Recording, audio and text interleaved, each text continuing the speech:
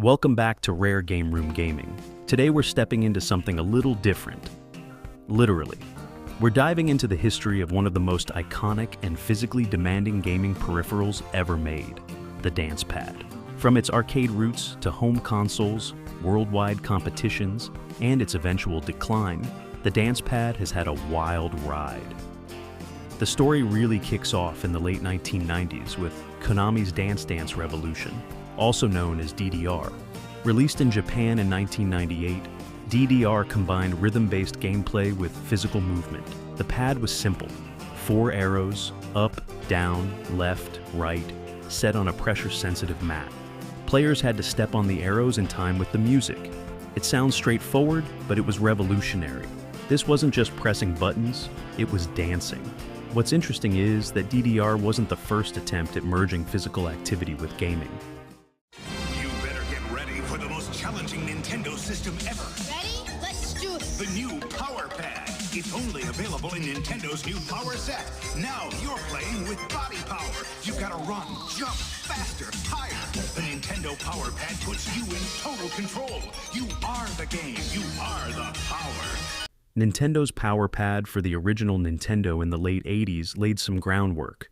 It had simple games like track and field, but it didn't catch fire. Konami, however, nailed the formula by pairing energetic J-pop and techno tracks with the dance pad. When DDR hit Japanese arcades, it was an immediate cultural sensation. The flashing lights, pounding beats, and crowds gathering to watch skilled players made it part game, part performance. By the time DDR hit North America in 1999, arcades were already starting to struggle, but DDR breathed new life into them. Soon, dance pads were everywhere. Kids played them at movie theaters, malls, bowling alleys, and of course, arcades. The sight of someone pulling off a perfect combo while a crowd cheered was unforgettable. Seeing the arcade success, Konami quickly pushed out home versions for PlayStation and later other consoles. The soft dance mats became a staple accessory. While they were convenient, they weren't always reliable. Sliding on the carpet, buttons wearing out, and poor sensitivity frustrated some players. On the other hand, the dedicated crowd invested in heavy-duty metal arcade-style pads, which cost hundreds of dollars, but provided a true arcade feel. Games like Dance Dance Revolution, Konamix, DDR Max, and DDR Extreme made the PlayStation 2 one of the most popular systems for dance pad gaming. Other systems like Xbox and GameCube got their own versions as well, along with spin-offs like Karaoke Revolution that shared similar audiences. Of course, once DDR got big, competitors wanted in. Pump It Up, a South Korean rhythm game released in 1999, offered a 5-arrow layout with diagonals, making the gameplay more complex. In the Groove also tried to steal DDR's thunder, becoming popular among hardcore fans because of its custom songs and higher difficulty. Even Nintendo revisited the dance pad concept with the Dance Dance Revolution, Mario Mix on the GameCube, giving Mario fans a taste of rhythm gaming.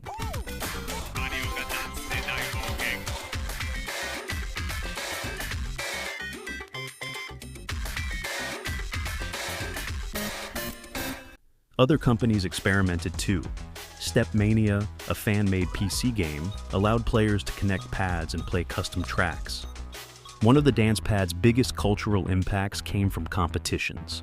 From local arcade showdowns to massive tournaments in Japan, the United States, and even Europe, DDR players showed off not just skill, but stamina. Some competitors became legends, with crowds gathering just to watch them break high scores. In fact, DDR tournaments were some of the first esports-style events that relied more on physical ability than just hand-eye coordination. It blurred the line between gaming and athletic competition. People either loved or hated dance pads. On one side, fans praised the games for being fun, social, and surprisingly healthy. DDR was even used in schools and fitness programs. Studies showed players burned hundreds of calories per session.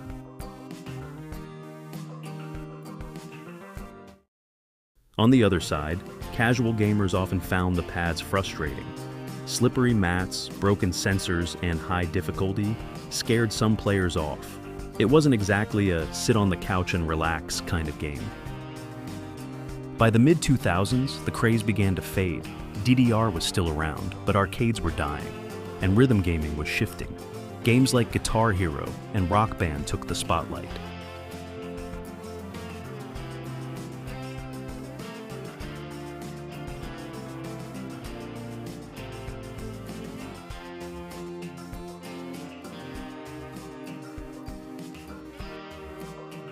They were easier to pick up, more accessible for groups, and less physically demanding.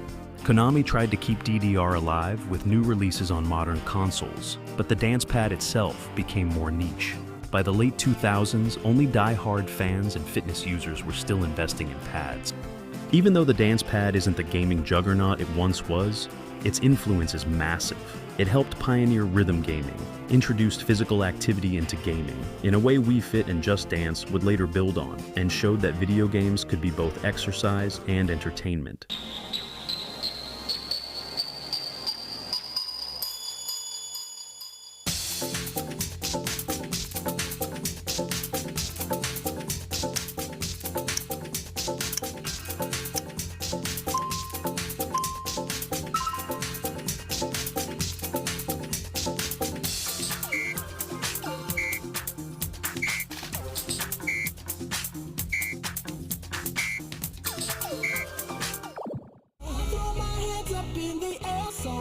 Get up and play the world's #1 dance game brand. Today, you'll still find DDR machines in some arcades and fan conventions. Communities still exist, modding pads, creating custom songs, and keeping the culture alive.